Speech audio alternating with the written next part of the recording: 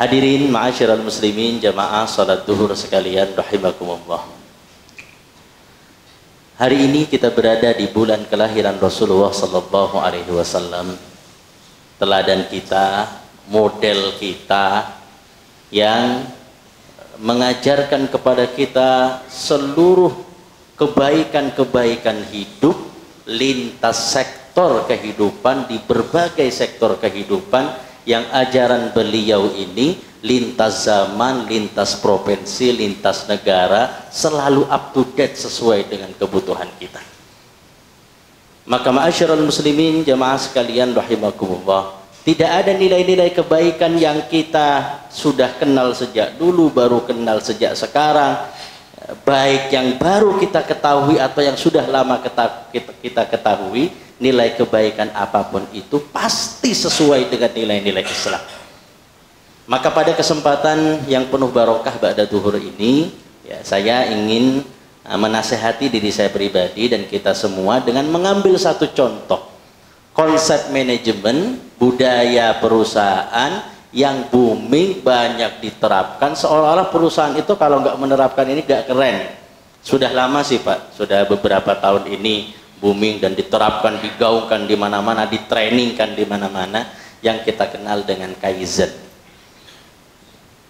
Konsep ini ma'asyiral muslimin rahimakumullah berasal dari Jepang, ya, konon katanya berasal dari filosofi di Jepang yang kalau saya juga nggak bisa bahasa Jepang Pak ya, cuma katanya Kaizen itu kalau diterjemahkan secara tekstual, kai artinya berubah, zen itu artinya baik. Kaizen artinya berubah menjadi baik. Berubah menjadi baik karena filosofi ini mengajarkan perubahan untuk senantiasa lebih baik dari waktu ke waktu. Maka dalam bahasa Inggris kita sering mendengar, kita sering membaca, sering ditempel di mana-mana dengan istilah continuous improvement, perbaikan yang terus menerus. Ma'asyiral muslimin jamaah salat duhur sekalian rahimakumullah. Konsep Kaizen ini Pak mengingatkan saya kalau ilustrasinya itu mirip dengan dongeng. Mungkin kita sering dengar, anak kita juga mungkin kadang-kala baca, ya, dongeng fabel tentang bagaimana ada seekor kelinci lomba lari dengan seekor kura-kura. Ya, mungkin Bapak masih ingat.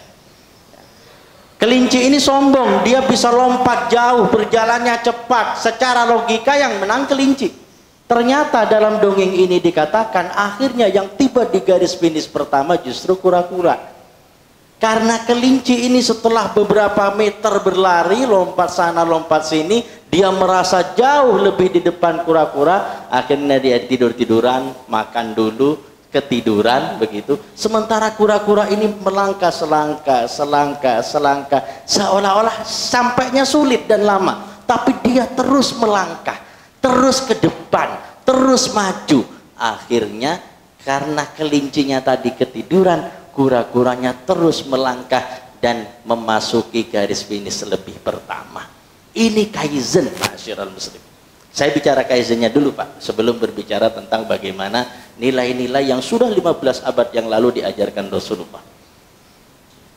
Maka filosofi Kaizen ini dikatakan, ya, filosofi Kaizen ini ada istilah filosofi perubahan 1 menit ma'asyiral muslimin.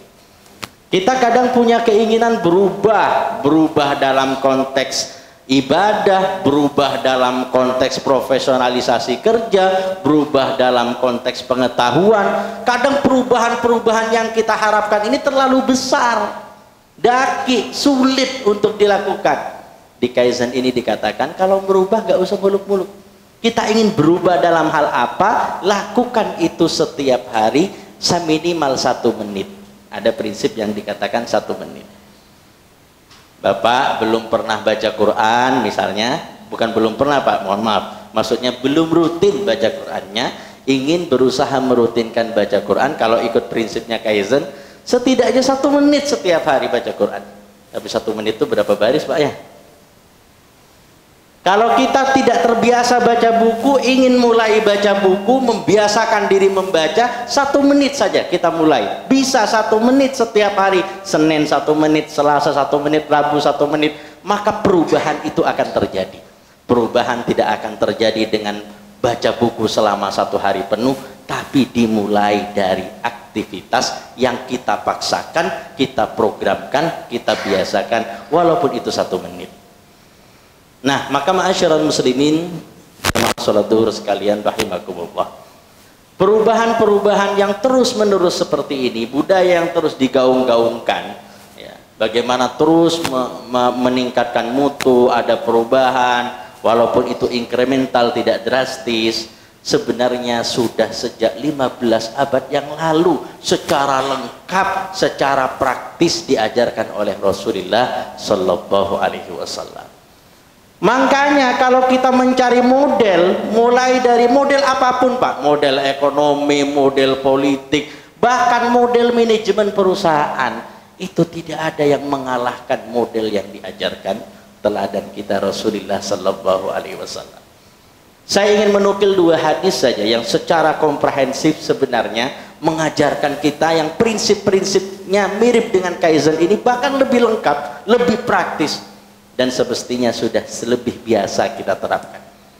Yang pertama, ma'asyiral muslimin, Rasulullah Sallallahu Alaihi Wasallam dalam hadis yang diriwayatkan Imam Muslim rahimahullah, Rasulullah bersabda, hadis ini sering kita dengar, ahabbul a'mali ilallah adwamuha wa in qallah. Ahabbul a'mali ilallah adwamuha wa in qallah. Amal yang paling dicintai oleh Allah, kata Rasulullah. Rasulullah tidak menyebut secara khusus apakah itu amal zakat, infak, wakaf sekian miliar, tidak. Rasulullah tidak menyebut secara khusus apakah itu amal sholat malam sampai semalaman suntuk gak tidur, tidak. Tapi yang Rasulullah gambarkan di sini adwamuha. Adwamuha itu adalah yang paling konsisten, paling kontinu. Wa ingkollah. Wa ingkollah ini yang kemudian gak tahu dari 15 abad yang lalu ditularkan, diajarkan ke seluruh pelosok penjuru kaum muslimin, kemudian sampai ke Jepang diterjemahkan dengan 1 menit. Kan wa ingkollah Pak, wa ingkollah artinya walaupun sedikit. Walaupun sedikit. Amal yang paling dicintai Allah adalah amal yang paling konsisten. Bukan soal banyaknya, bukan soal capaiannya, tapi yang paling konsisten, paling terus-menerus, walaupun amal itu hanya sedikit, walaupun durasinya tidak panjang, nominalnya tidak banyak, lembarannya tidak banyak, rokaatnya cuma sedikit, tapi konsisten itu lebih dicintai Allah.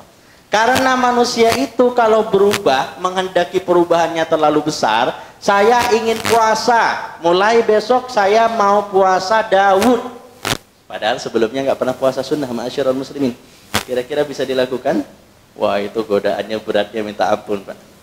Mungkin hari hari puasa kedua mungkin sudah bolong.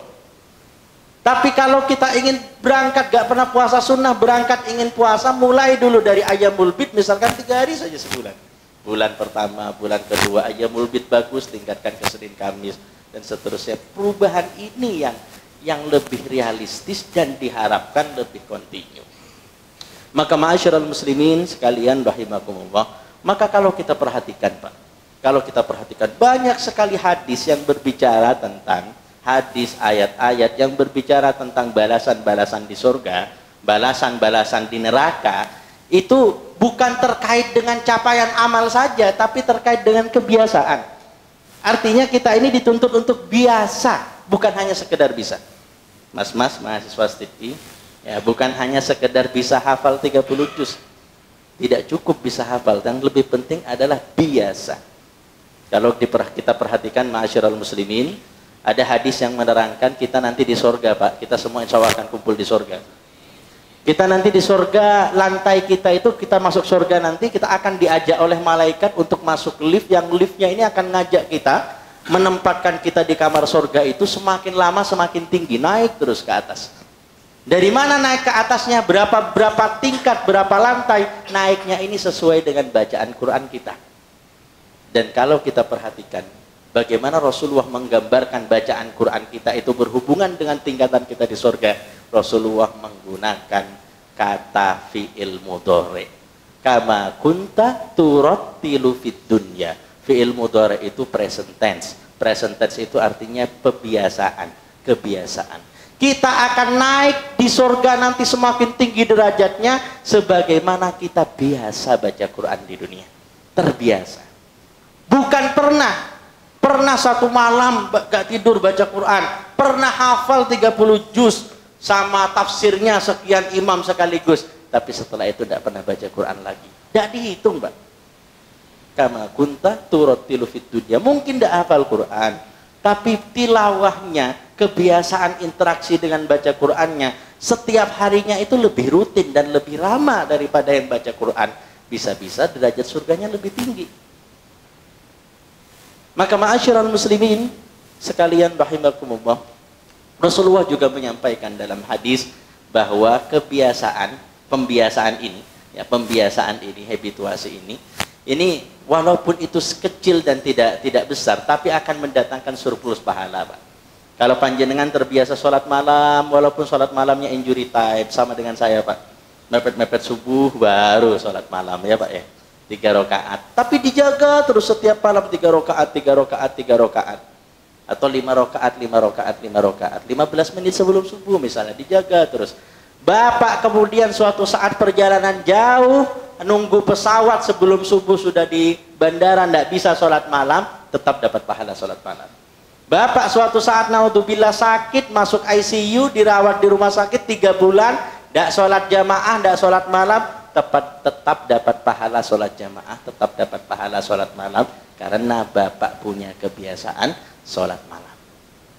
Nah, maka ma'asyiral muslimin rahimakumullah, ya, dari yang kecil-kecil, perubahan tidak dimulai dari yang besar. Maka fokuslah. Penyakit kita ini tidak fokus. Penyakit kita nggak fokus. Tentukan kita ingin berubah dalam hal apa, targetnya berapa. Tidak usah banyak-banyak, fokus saja.